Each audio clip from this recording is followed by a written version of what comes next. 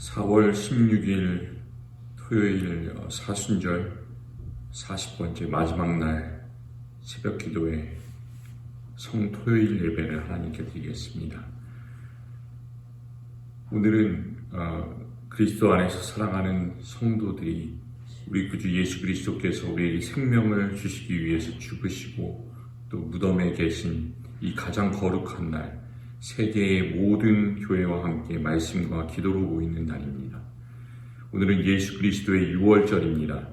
죽음을 이기신 그의 승리에 우리 모두 경건한 마음으로 함께 참여하고 예배합시다. 기도하겠습니다. 하나님 아버지, 하나밖에 없는 아들 예수 그리스도를 통해 하나님의 빛을 흑암에 있는 백성들에게 주셨습니다. 이 빛을 거룩하게 하시고 말씀과 기도를 통해 우리가 하늘나라를 향한 열망으로 불타오르게 하시고 또 깨끗한 마음으로 우리 주 예수 그리스도를 통해 영생에 이르게 하옵소서. 죽으심으로 우리의 길을 예비하시는 예수 그리스도의 이름으로 기도드립니다. 아멘. 찬송가 146장 저 멀리 푸른 언덕에 같이 찬송하시겠습니다. 찬송가 146장 저 멀리 푸른 언덕에 그 십자가 위에 주 예수 나를 위하여 못 박히셨도다. 찬송가 146장입니다.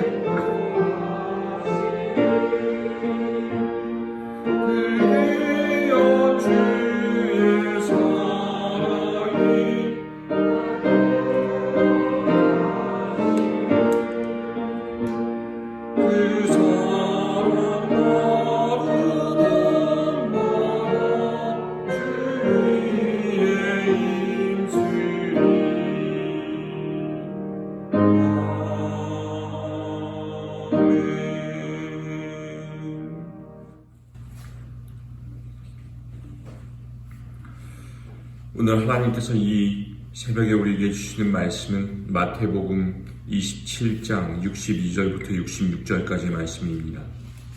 교독으로 읽겠습니다.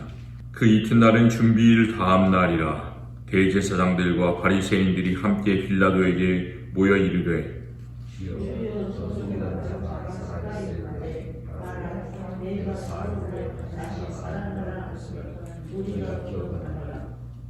그러므로 명령하여 그 무덤을 사흘까지 굳게 지키게 하소서.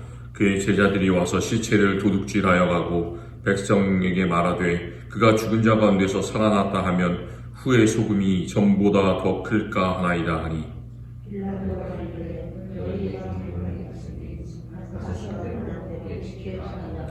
같이 읽겠습니다. 그들이 경비병과 함께 가서 돌을 임봉하고 무덤을 굳게 지키니라. 아멘. 하나님, 오늘은 참 경건한 날입니다. 예수님께서 우리를 위해서 죽으시고 이제 무덤에 계신 그 날을 우리가 함께 기억하고 기념할 수 있도록 하시니 감사합니다. 우리가 우리의 마음을 들여서 예수 그리스도의 무덤 근처에 있었던 여인들과 같이 장사 지냈던 사람과 같이 그 마음으로 주님과 함께 합니다. 우리의 모든 죄악들을 그 무덤 속에 묻고 주님과 함께 부활하면서 나가려고 합니다. 주님, 우리의 마음 돌아보시고 가장 깨끗한 마음 우리에게 허락하여 주시옵소서. 이 시간 말씀을 통하여 변화시켜 주옵소서. 예수님 이름으로 기도드립니다. 아멘. 한국 교회에는 철야 예배 전통이 있습니다. 제가 어렸을 때 많은 교회에서 금요 철야 예배를 했었던 기억이 납니다. 또 새벽까지 많은 분들이 강단에 앉아서 열심히 기도하시고 밤을 새면서 기도하시고 또 혹은 예배당 이렇게 바닥에 자리를 펴놓고 앉으셔서 밤새도록 기도하시기도 하시고 주무시기도 하시고 그러면서 이렇게 시간을 보내시고 기도를 하셨습니다. 그런데 세월이 지나면서 이런 철야 예배의 전통들이 점점 사라지게 되었습니다. 저녁 예배로 바뀌고 또 그 아름다운 기도의 전통은 거의 사라지게 됐습니다. 그런데 한국 교회에만 이렇게 철야 예배가 있었던 것이 아니고 전 세계 교회들은 예수님께서 십자가에서 죽으신 그 성금요일과 부활하신 부활주일 사이에 토요일에 철야 예배를 하면서 예수님께서 무덤에 그 머무신 기간을 함께 하면서 부활을 준비하는 그런 전통이 있었습니다. 이런 예배를 영어로는 The Great Vigil of Easter라고 부활절 대철야 예배라고 부르는 그런 전통이 있습니다. 이 전통이 상당히 오래된 전통입니다. 거의 예수님께서 죽으시고 초대교회가 처음 생겼을 때 그때로 거슬러 올라갑니다. 제가 사실은 오늘 예배를 그렇게 드리고 싶었어요. 그 예배의 전통대로. 그런데 준비를 우리가 잘 하지 못해서 내년부터 그렇게 좀 하고 싶고요. 제가 이 예배가 어떤 것인지 간단하게 소개를 좀 하고 싶습니다. 이 예배의 그 부분이 4개의 부분으로 나눠져 있습니다. 그 첫 번째는 예수님께서 어둠을 몰아내시고 세상에 빛을 주신 것을 기억하는 빛의 예배. 깜깜한데 이렇게 성도님들이 들어오시면 촛불을 켜면서 예수님께서 어둠을 빛으로 바꾸신 것을 기억합니다. 그리고 두 번째 파트는 성경의 여러 가지 죽음에서 그 생명으로 부활로 이끄시는 그런 말씀을 읽으면서 예수님께서 생명을 주시는 것을 기억하는 말씀의 예배. 또 세 번째는 우리가 세례를 받는 이유가 죽음에서 생명으로 옮겼다는 것을 기억하면서 세례를 받는 것입니다. 홍해의 물을 건너서 이제는 약속의 땅으로 들어간다는 것을 기억하면서 세례를 받는데 그 죽음과 다시 사심에 함께하면서 내가 받은 그런 생명의 세례의 의미를 기억하는 세례 서약 갱신의 예배. 또 네 번째는 예수님께서 십자가로 우리를 섬기신 것을 기억하면서 우리에게 몸과 그 피를 주시는 것을 기억하는 성찬의 예배입니다. 그래서 이 4가지 순서, 빛을 어둠으로 바꾸신 것, 그리고 또 세례, 서약갱신, 그리고 말씀, 성찬, 이 4가지를 함께 하면서 오랜 시간 함께 기도하면서 하나님께 철야로 드렸습니다. 오늘은 이렇게 예배는 하지 않지만 우리가 그 예배를 통해서 기억하고자 하는 것은 예수님께서 무덤에 계신 이 날을 기억하면서 우리가 그런 과정을 통해서 우리의 죽음이 생명으로 완전히 변했다는 그 사실을 기억했으면 좋겠습니다. 그리고 예수님의 그 죽으심과 무덤 때문에 우리가 그 고통 때문에 우리가 생명을 받았음을 감사하기를 원합니다. 우리의 마음에 어두움이 물러가고 진정으로 빛이 찾아오기를 원합니다. 그리고 우리가 예수 그리스도와 함께 세례를 받음으로 우리의 혼돈과 죽음이 완전히 물러가고 이제는 물을 건너서 우리가 약속의 땅에 들어가 있음을 믿으시기를 바랍니다. 또한 이날을 기도 가운데 가장 경건한 날로 예수님께서 무덤에 계신 것처럼 그렇게 보내셨으면 좋겠습니다. 오늘 성토요일 예수님께서 무덤에 계신 날이기 때문에 과연 예수님께서 죽으신 후에 무덤에서 무엇을 하셨을까를 생각해 보기를 원합니다. 우리가 주일 예배 때마다 함께 신앙을 고백하는 사도신경에 그 원래 본문 한 가지가 딱 한 구절이 빠져 있습니다. 우리는 원래 그 한국어로 된 사도신경에서는 장사된 지 사흘 만에 죽은 자 가운데서 다시 살아나시며 이런 신앙 고백을 합니다. 그런데 원래 구절에는 라틴어로 된 그 구절에는 장사되시어 지옥에 내려가신 지 사흘 만에 죽은 자 가운데서 다시 살아나시고 라고 되어 있습니다. 지옥에 내려가시고 라는 말이 우리가 고백하는 그 신앙 고백에는 빠져 있습니다. 그 예수님께서 지옥에 내려가셨다는 이 초대교회의 신앙 고백은 베드로전서 3장 19절에 있는 그가 또한 영으로 가서 옥에 있는 영들에게 선포하시니라 이런 구절에 근거를 하고 있습니다. 예수님께서 죽음 이후에도 무덤에 가만히 누워서 죽어 계셨던 것이 아니라 지옥에 내려가셔서 구원의 좋은 소식을 전하셨다는 그 초대교회에서부터 내려온 그런 전승이 이 베드로전서 3장 19절 지옥에 내려가셨다라는 그 구절에는 담겨져 있습니다. 그런데 예수님께서 이제 죽으시고 아레마대 사람 요셉이 그 시신을 가져다가 새로 된 그 무덤 안에서 그 안에 장사를 하고 사실 그 안에서 어떤 일이 일어났는지를 마태, 마가, 누가, 요한 이 4개 복음서는 이야기해주고 있지 않습니다. 한마디도 이야기하고 있지 않아요. 그냥 돌을 옮겨서 돌을 막았다. 큰 돌이 그 입구를 막았고 로마 병정들이 그것을 봉인했다는 말은 전혀 그것을 움직이지 못하게 했다는 얘기잖아요. 그 이야기밖에 없습니다. 그 안에서 어떤 일이 일어났는지, 예수님께 어떤 변화가 일어났는지 그 토요일에 말씀해주고 있지 않습니다. 그래서 예수님께서 지옥에 내려가셨다라는 그 구절은 여러 가지 논란이 있습니다. 그렇기 때문에 우리 한국교회는 그 내용을 고백하지 않습니다. 그래서 저는 예수님께서 그날 무엇을 하셨는가, 성경에 기록되지 않는 말씀이 있기 때문에 그것에 대해서 궁금해하면서 우리가 생각해 보는 것이 아니라 과연 예수님의 무덤 밖에 있는 사람들이 무엇을 했는가, 성경이 기록하고 있는 그 말씀에 초점을 맞추면서 그 말씀을 묵상해 보려고 합니다. 예수님께서 무덤 안에 계실 때 그 근처에는 여러 사람이 무덤 근처를 이제 지나가면서 왔다 갔다 했습니다. 아리마대 사람 요셉, 예수님의 시신을 옮기고 장사했습니다. 그리고 예수님께 예전에 한번 찾아왔던 그 요한복음 3장에 나왔던 관원 니고데모, 이 사람은 시신을 장사할 때 쓰는 향유를 가지고 왔습니다. 그리고 마가복음에는 막달라 마리아와 요새의 어머니 마리아가 예수 둔 곳을 보더라 이렇게 말씀합니다. 이 사람들은 예수님께서 죽으셨음에도 불구하고 그 마음에 너무나 안타까운 나머지 예수님께서 어떻게 되셨을까 그곳을 계속 지켰습니다. 이 말씀처럼 예수님을 무덤에 장사할 때 이렇게 예수님을 따르던 사람들이 있었습니다. 그 사람들은 아주 적은 숫자의 그런 사람들입니다. 그런데 그 건너편에 무덤 앞에 있었던 사람들을 한번 생각해 보시기 바랍니다. 무덤 앞에는 그 무덤을 지키던 경비병들과 또 그들에게 무덤을 지키도록 명령하던 그런 사람들이 있었습니다.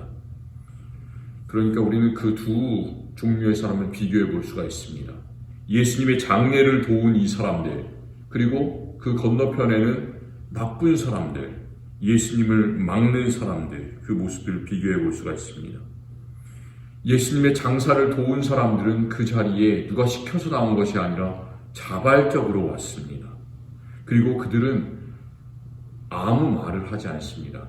예수님을 장사할 때 어떤 계획을 가지고 어떻게 서로 이야기를 해서 어떤 식으로 장사했는지를 전혀 이야기하지 않습니다. 그냥 그들은 예수님께서 가시는 길을 조용히 따라갈 뿐입니다. 아무 말이 없습니다. 반대로 우리가 오늘 읽은 말씀에서 경비병들의 행동을 한번 생각해 보시기 바랍니다.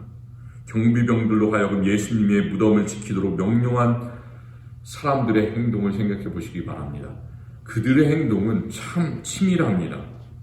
예수님을 장사한 그 다음날 대제사장들 그리고 바리새인들이 총독 빌라도와 함께 모였습니다. 그리고 그들은 예수님께서 생전에 하셨던 말씀, 죽은 후에 3일이 있으면 다시 살아날 것이다 말씀하셨던 그 말씀을 기억했습니다. 그리고 그들은 머릿속에서 여러 가지 복잡한 생각을 하고 있습니다. 아마도 그들의 제자들이 와서 예수의 시체를 몰래 도둑질하고는 다시 살아났다고 소문을 퍼뜨려서 세상을 이전보다 더 혼란시킬 것이다, 이런 것을 걱정합니다. 이 사람들이 생각하는 것은 오직 한 가지밖에 없습니다. 자신들의 권력을 유지하는 것. 사회가 혼란해졌는데 예수 때문에 그 사람이 다시 살아났다는 소식이 들리면 더 혼란해질 것이다. 우리의 권력에 문제가 생길 것이다. 오직 그런 것들을 생각했습니다. 그래서 여러 가지 계획을 세워서 그들은 로마 경비병들을 예수의 무덤 앞에 세우고 그 입구에 큰 돌을 또 막고 돌을 바꿀 수 없도록 인봉하고 무덤을 굳게 지켰습니다. 바로 이 모습이 세상이 돌아가는 그런 방식입니다. 세상은 빛과 진리이신 예수 그리스도를 막기 위해서 갖은 수단을 다 사용합니다. 진리를 막기 위해서 갖은 수단을 다 사용하는 것이 이 세상입니다. 예수님의 이야기, 우리는 진리라고 믿지만 세상 사람들은 그저 이 빌라도가 했던 것처럼, 다른 빌라도 주변에 있던 사람들이 했던 것처럼 지어낸 이야기라고 합니다. 예수님의 부활은 실제로 일어난 역사적 사건이 아니라 그냥 하나의 이야기라고, 신화라고 이야기합니다. 예수님께서 물고기 2마리와 보리떡 5개로 5,000명을 먹이신 사건, 제자들이 동네에서 떡을 사다가 나른 결과다, 이렇게 이야기를 합니다. 오늘 읽은 말씀처럼 제자들이 예수의 시체를 도둑질하고는 다시 살아난 것처럼 거짓말을 꾸며낸다라고 이야기를 합니다. 참 그럴듯한 설명입니다. 이렇게 예수님의 기적과 부활에 대한 세상에 설명하는 그런 방식은 정말로 치밀하고 논리적이고 과학적입니다. 자연 법칙 안에서 그 기적을 그냥 무마시키려고 합니다. 이것은 기적이 아니다라고 설명합니다. 빌라도와 대제사장들이 그랬던 것처럼 세상의 총칼을 이용해서, 권력을 이용해서 사람들의 입을 막으려고 합니다. 그것이 바로 이 세상이 돌아가는 그런 방식입니다.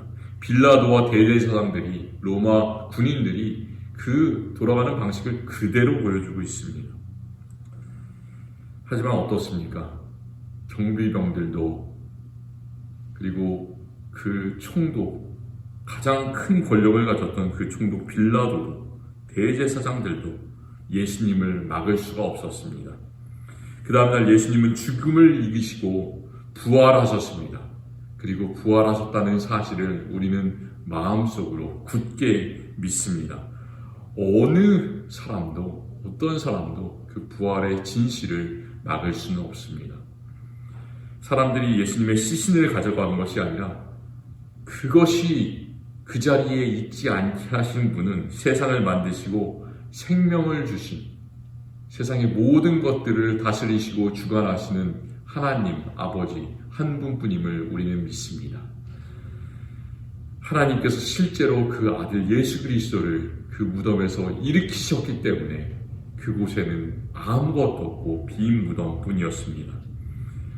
우리는 세상의 방식과 전통에 순응하면서 살아나가는 그런 사람들이 아닙니다.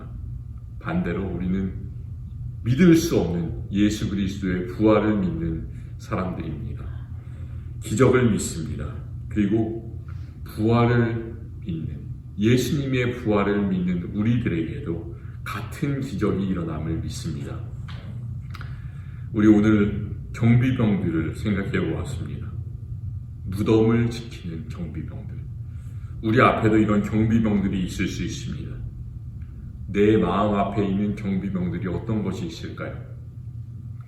내 고집들, 내가 살아가고 있는 그런 오랜 바꿀 수 없는 방식들, 내가 항상 옳다고 믿었던 것들, 내가 20년, 30년 참 오랜 시간을 고수해왔던 교회 생활의 방법들, 다른 사람에 대한 편견들, 또 새로운 일을 하지 못하게 내 마음을 방해하는, 굳게 지키고 있는 그 여러 가지 두려움들, 이런 모든 것들이 그 무서운 경비병들이 될 수 있습니다.